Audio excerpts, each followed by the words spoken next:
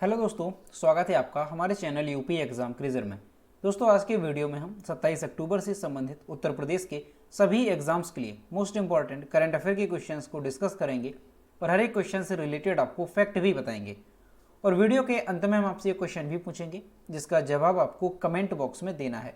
और अगर आपको इसकी PDF डाउनलोड करनी है तो इसकी PDF आप हमारे टेलीग्राम ग्रुप से डाउनलोड कर सकते हैं। टेलीग्राम ग्रुप की लिंक आपको वीडियो के डिस्क्रिप्शन में मिल जाएगी। तो चलिए शुरू करते हैं। आज का सेशन शुरू करने से पहले हम कल के क्वेश्चंस का रिवीजन करेंगे। कल का पहला क्वेश्चन है, हाल ही में नदियों के पानी की गुणवत्ता प्रदूषण स्तर की जानकारी देने वाला हाईटेक रोबोट किसने तैयार किया है? इसका जो करेक्ट आंसर है वो है ऑप्शन नंबर ए, IIT कानपुर ने। अगला क्वेश्चन है, उत्तर प्रदेश में पहली बार बोन मैरो ट्रांसप्लांट किस शहर के मेडिकल कॉलेज में हुआ है? इसका जो करेक्ट आंसर है वो है ऑप्शन नंबर सी, कानपुर में। और दोस्तों, उत्तर प्रदेश करंट अफेयर की लास्ट 8 मंथ की अगर आपको PDF डाउनलोड करनी है तो उसकी लिंक आपको वीडियो के डिस्क्रिप्शन में मिल जाएगी। वहां से आप इस PDF को डाउनलोड कर सकते हैं। इस PDF में हमने जनवरी से लेकर अगस्त 2021 तक उत्तर प्रदेश करंट अफेयर के सभी इंपोर्टेंट क्वेश्चंस को विस्तार पूर्वक बताया है। और दोस्तों, अगर आपको सितंबर महीने की उत्तर प्रदेश करंट अफेयर की PDF डाउनलोड करनी है तो उसकी लिंक भी आपको वीडियो के डिस्क्रिप्शन में मिल जाएगी। तो वहां से आप ये दोनों PDF डाउनलोड कर सकते हैं। और PDF डाउनलोड करने में अगर कोई भी प्रॉब्लम होती है तो साइट पर आपको WhatsApp नंबर और ईमेल मिल जाएगा जिस पर आप कांटेक्ट कर सकते हैं। अगला क्वेश्चन है, प्रधानमंत्री नरेंद्र मोदी ने 25 अक्टूबर 2021 को उत्तर प्रदेश में कितने मेडिकल कॉलेजों का उद्घाटन किया? इसका जो करेक्ट आंसर है वो है ऑप्शन नंबर बी, 9 मेडिकल कॉलेजों का। अगला क्वेश्चन है, हाल ही में किस राज्य में मुफ्त शिक्षा योजना की घोषणा की गई? इसका जो करेक्ट आंसर है वो है ऑप्शन नंबर बी, हरियाणा में। अगला क्वेश्चन है, विश्व T20 विश्व कप में भारत और पाकिस्तान के बीच हुए मैच में पाकिस्तान ने भारत को कितने विकेट से हराकर मैच जीत लिया है? इसका जो करेक्ट आंसर है वो है ऑप्शन नंबर ए, 10 विकेट से। अगला क्वेश्चन है, भारत के पहले की स्वदेशी विमान वाहक युद्धपोत के दूसरे चरण का समुद्री परीक्षण शुरू कर दिया गया। इसका जो करेक्ट आंसर है वो है ऑप्शन नंबर सी, विक्रांत का। अगला क्वेश्चन है, हाल ही में हिंदी की किस मशहूर एवं दिग्गज अभिनेत्री का 79 वर्ष की उम्र में निधन हो गया है? इसका जो करेक्ट आंसर है वो है option number B, Meenu Mumtaz का। अगला क्वेश्चन है, हाल ही में किसने श्रीनगर, शारजाह और संयुक्त अरब अमीरात के बीच पहली सीधी अंतर्राष्ट्रीय उड़ान का उद्घाटन किया? तो इसका उद्घाटन किया है गृह मंत्री अमित शाह ने, यानी ऑप्शन नंबर सी यहाँ पर करेक्ट होगा। अगला क्वेश्चन है, 67वें राष्ट्रीय फिल्म पुरस्कार समारोह में बेस्ट एक्टर का अवार्ड किसे दिया गया? तो ये दिया गया है मनोज बाजपेयी को और साउथ के एक्टर धनुष को, यानी ऑप्शन नंबर डी यहाँ पर करेक्ट होगा, ए और बी दोनों। तो दोस्तों, ये थे कल के क्वेश्चंस जिसका हमने रिवीजन किया। अब हम शुरू करते हैं आज का सेशन। आज का पहला क्वेश्चन है, हाल ही में किसी USA में Blackwell Rosenbluth award मिला है?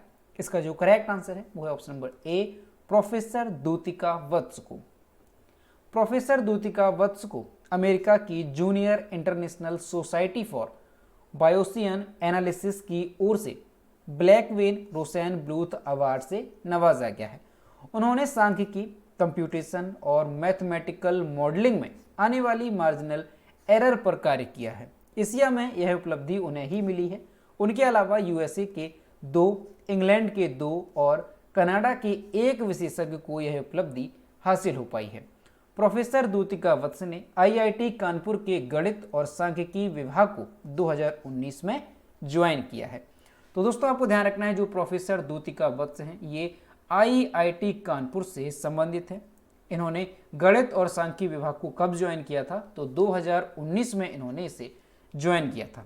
अब दोस्तों, ये क्वेश्चन इंपॉर्टेंट क्यों है? क्योंकि जो प्रोफेसर द्युतिका वत्स हैं इस अवार्ड को पाने वाली ये एशिया से एकमात्र हैं, यानी एशिया से सिर्फ इन्हें ही इस अवार्ड के लिए चुना गया है। और इसके अलावा अगर देखा जाए तो USA के 2 विशेषज्ञ, इंग्लैंड के 2 विशेषज्ञ और कनाडा के 1 विशेषज्ञ को इस अवार्ड के लिए चुना गया है। और सबसे खास बात यह है, जो प्रोफेसर द्युतिका वत्स हैं ये उत्तर प्रदेश के IIT कानपुर से संबंधित हैं। अगला क्वेश्चन है, हाल ही में स्वदेशी सारंग तोप का निर्माण उत्तर प्रदेश के किस शहर में किया गया? इसका जो करेक्ट आंसर है वो है ऑप्शन नंबर सी, कानपुर में। दुश्मनों के ठिकानों के तबाह करने और दुनिया की किसी भी आर्टिलरी गन पर भारी पड़ने वाली सारंग तोप को कानपुर की advanced weapons and equipment India limited, पहले इसे आयुध निर्माणी बोर्ड कहा जाता था, उसमें तैयार किया गया है। यह तोप इजराइल की साल्टेम आर्टिलरी गन का अपग्रेड वर्जन है। यह मेक इन इंडिया के तहत देश में बनी पूर्णतः स्वदेशी तोप है। इजराइल की साल्टेम आर्टिलरी गन को कानपुर की सारंग तोप में अपग्रेड किया गया है। तो दोस्तों आपको ध्यान रखना है, जो सारंग तोप है ये कहाँ पर बनाई गई है, तो ये जो है कानपुर की advance weapons and equipment India limited में से तैयार किया गया है, जो कि पूरी तरह से देश में बनी स्वदेशी तोप है। तो इसे आपको अच्छे से ध्यान रखना है। अगला क्वेश्चन है, हाल ही में मुख्यमंत्री योगी आदित्यनाथ ने खादी महोत्सव एवं सिल्क एक्सपो का उद्घाटन किया। यह आयोजन कहां पर किया जा रहा है? इसका जो करेक्ट आंसर है वो है ऑप्शन नंबर डी, लखनऊ में। देश की आज़ादी के अमृत महोत्सव के अवसर पर उत्तर प्रदेश में भी लगातार आयोजन हो रहे हैं। इसी के अंतर्गत लखनऊ में मंगलवार को 15 दिनी खादी महोत्सव व सिल्क एक्सपो 2021 का आयोजन किया जा रहा है। लखनऊ के इंदिरा गांधी प्रतिष्ठान गोमती नगर में मुख्यमंत्री योगी आदित्यनाथ ने 19 अक्टूबर को प्रदेश के खादी के जुड़े प्रतिष्ठानों की प्रदर्शनी का अवलोकन करने के साथ ही खादी महोत्सव का उद्घाटन किया है।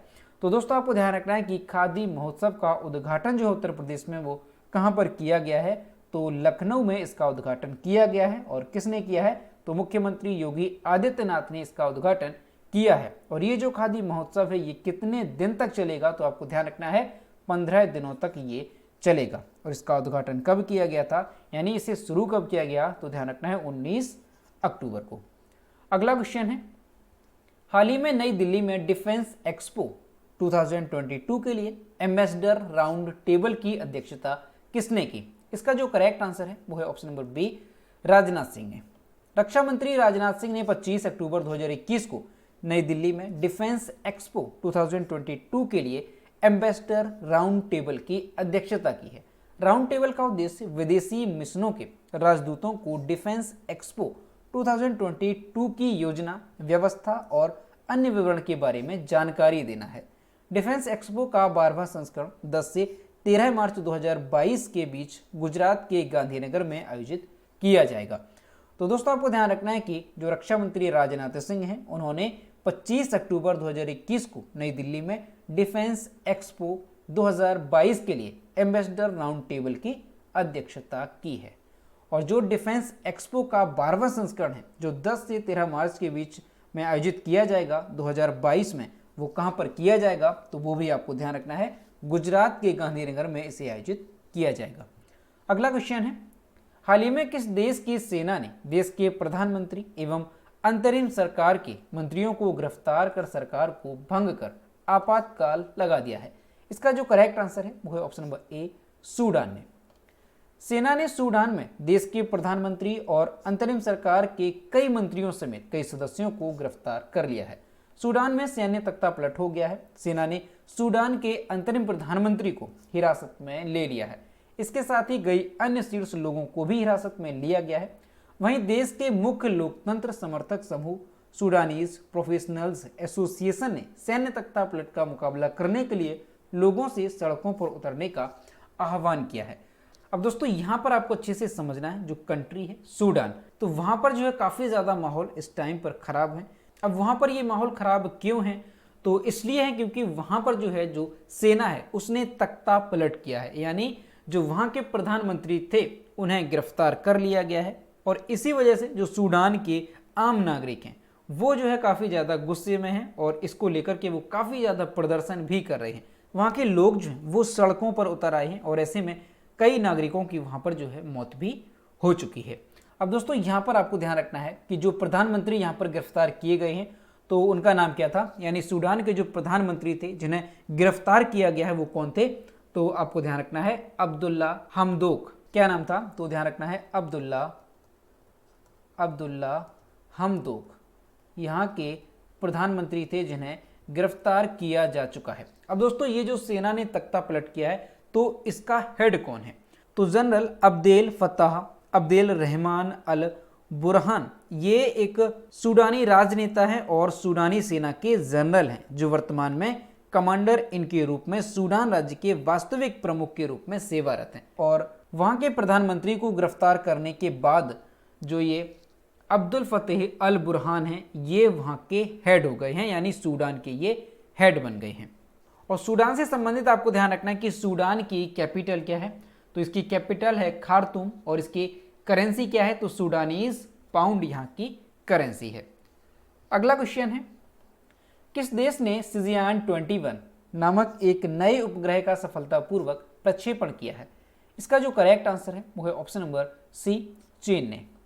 चीन ने सिजियान 21 नामक एक नए उपग्रह का सफलतापूर्वक प्रक्षेपण किया है। उपग्रह का उपयोग अंतरिक्ष मलबे समन प्रौद्योगिकियों के परीक्षण और सत्यापन के लिए किया जाएगा। सिजियान 21 को लॉन्ग मार्च 3B कैरियर रॉकेट से दक्षिण पश्चिमी चीन के सिचुआन प्रांत के शीचांग उपग्रह प्रक्षेपण केंद्र से लॉन्च किया गया।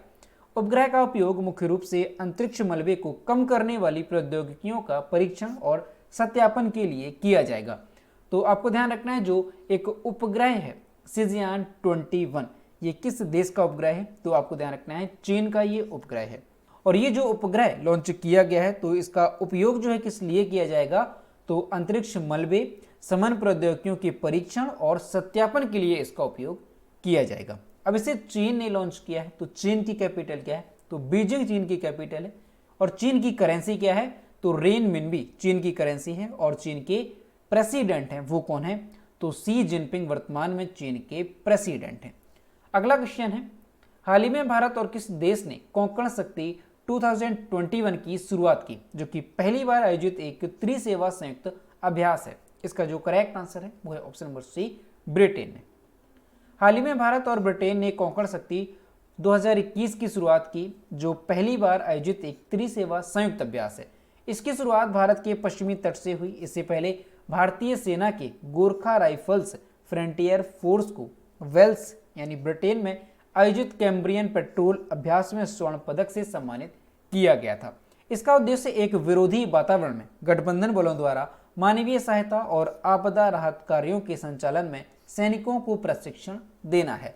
तो आपको ध्यान रखना है जो कोंकण शक्ति 2021 सैन्य अभ्यास है ये किस देश के बीच हुआ है, तो आपको ध्यान रखना है भारत और ब्रिटेन के बीच। अब ये ब्रिटेन के साथ हो रहा है, तो ब्रिटेन की कैपिटल क्या है, तो आपको ध्यान रखना है ब्रिटेन की कैपिटल है लंदन। ब्रिटेन के पीएम कौन है यानी प्राइम मिनिस्टर कौन है, तो बोरिस जॉनसन वर्तमान में ब्रिटेन के प्रधानमंत्री हैं। और ब्रिटेन की मुद्रा क्या है, तो पाउंड स्टर्लिंग ब्रिटेन की मुद्रा है।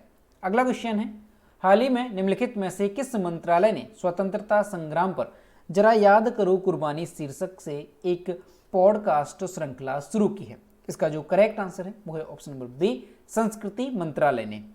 संस्कृति मंत्री जी किशन रेड्डी ने 25 अक्टूबर 2021 को स्वतंत्रता संग्राम पर एक पॉडकास्ट श्रृंखला शुरू की। श्रृंखला जरा याद करो कुर्बानी उन लोगों और आंदोलनों पर ध्यान केंद्रित करेगी जिन्होंने स्वतंत्रता संग्राम में योगदान दिया, जिनमें से कुछ को स्वतंत्रता आंदोलन की कहानी में जगह नहीं मिली है। एपिसोड 1 जिसका शीर्षक कदम बढ़ाए जा है, भारतीय राष्ट्रीय सेना की कहानियों पर आधारित है। तो दोस्तों आपको ध्यान रखना है कि जो संस्कृति मंत्रालय है उसने स्वतंत्रता संग्राम पर एक पॉडकास्ट श्रृंखला शुरू की है। और इसका उद्देश्य क्या है, तो इसका उद्देश्य उन लोगों और आंदोलनों पर ध्यान केंद्रित करना है जिन्होंने स्वतंत्रता संग्राम में योगदान दिया है। अगला क्वेश्चन है, अक्टूबर 2021 में नॉलेज ऐप और प्लेटफॉर्म कंसल्ट को किसने लॉन्च किया है? इसका जो करेक्ट आंसर है वो है option number C, Nitin Gadkari ने। सड़क परिवहन और राजमार्ग मंत्री नितिन गडकरी ने नॉलेज ऐप और प्लेटफॉर्म कंसल्ट को लॉन्च किया है। ऐप मेंटर्स के लिए अपने जीवन के अनुभव साझा करने के लिए एक मंच होगा। यह लोगों को उसे ज्ञान से सीखने की अनुमति देगा जो जीवन भर अर्जित किया गया है। यह पहली ऐसी वैश्विक सुविधा है जिसके द्वारा लोग कई क्षेत्रों के विशेषज्ञों से संपर्क कर सकते हैं और उन्हें बुला सकते हैं। तो आपको ध्यान रखना है कि नॉलेज ऐप और प्लेटफॉर्म कंसल्ट को किसने लॉन्च किया है, तो सड़क परिवहन और राजमार्ग मंत्री नितिन गडकरी ने इसे लॉन्च किया है।